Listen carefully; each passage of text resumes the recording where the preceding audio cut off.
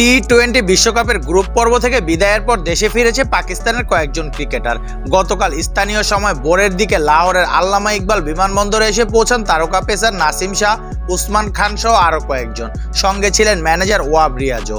জিও নিউজের খবর, ব্যর্থ বিশ্বকাপ মিশন শেষে এখনও যুক্তরাষ্ট্রে অবস্থান করছে অধিনায়ক বাবর আজম, ইমাদ ওয়াসিম, হ্যারিস রফ, শাদাব খান ও আজম খানরা।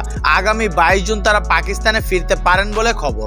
এদিকে যুক্তরাষ্ট্র থেকে ইংল্যান্ডের ফ্লাইট ধরার কথা রয়েছে অবসর ভেঙে বিশ্বকাপ স্কোয়াডে ফেরা মোহাম্মদ আমিরের। কাউন্টি চ্যাম্পিয়নশিপ খেলতে ডার্বি শাহরে যোগ দেবেন তিনি। এছাড়া বিশ্বকাপের আগে সাদা বলের ক্রিকেটে পাকিস্তানের হেড কোচের দায়িত্ব পাওয়া গ্যারি ক্যাস্টানো নিজের দেশে ফিরবেন বলে জানিয়েছে জিও নিউজ।